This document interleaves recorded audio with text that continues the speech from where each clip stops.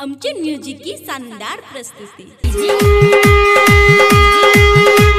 प्रेम से बोलिए सरस्वती माता की जय, हंस वाहिनी की जय।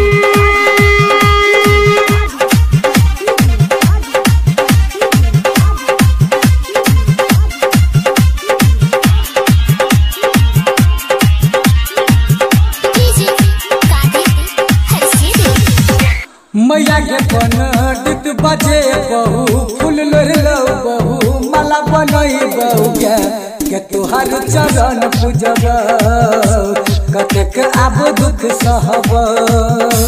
मैया के पंडित बजे बहु फूल लोरलो बहु माला बनई बहु के तुहार चरण पूजब कतेक आब दुख सहब।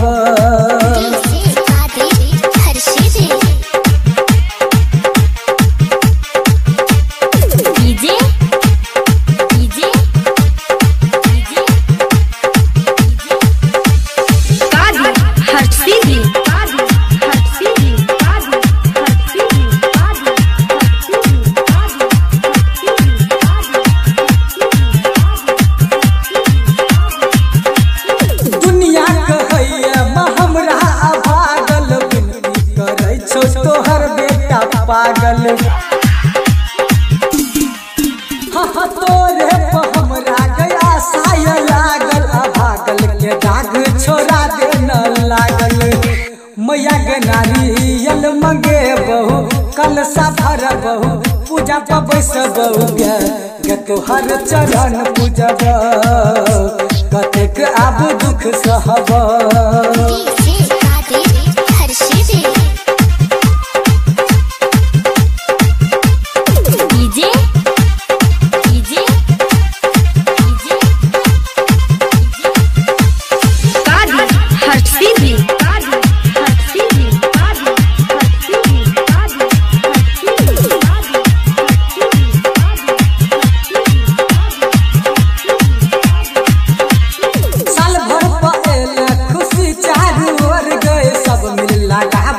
तोहर जयकार गे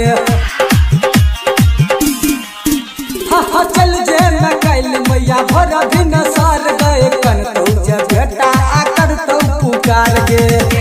मैया के आरती सुने बहु भोग लगे बहु दीप जरे बहु के तोहर चरण पूजब कतेक आब दुख सहब।